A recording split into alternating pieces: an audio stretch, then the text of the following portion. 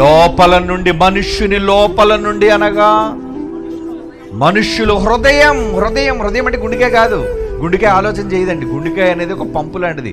గుండెకాయని చూసి హృదయం అనకండి. ఇక్కడ ఉంది హృదయం. ఆ హృదయంలోంచి ఏమొస్తున్నాయంటే చూడండి, ఎన్నొస్తున్నాయండి బాబోయ్.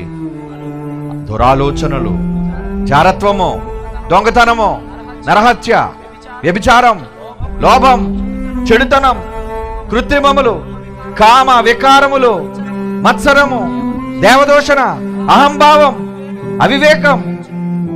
ఏంటండి, నేను లెక్క పెడితేనే 14 వచ్చాయండి. ఇంకా చాలా ఉన్నాయి. ఈ చెడ్డవన్నీ, ఈ సమాజాన్ని చెడగొట్టే ఈ చెడంతా లోపల నుండి వస్తుంది బయటికి. లోపల నుంచి అవే మనిషిని పాడు చేసేవి, సమాజాన్ని చెడగొట్టేది మనిషి మనస్సులోని ఆలోచనలో. దానిని శుద్ధి చేయమన్నాడు అందుకే యేసుప్రభు. అందుకే ముందు పళ్ళలు కడగడం కాదురా, రోడ్లు తొడవడం కాదురా, కాలువలు శుభ్రం చేయడం కాదురా, ముందు మనిషి మెదడును సరిచేయి.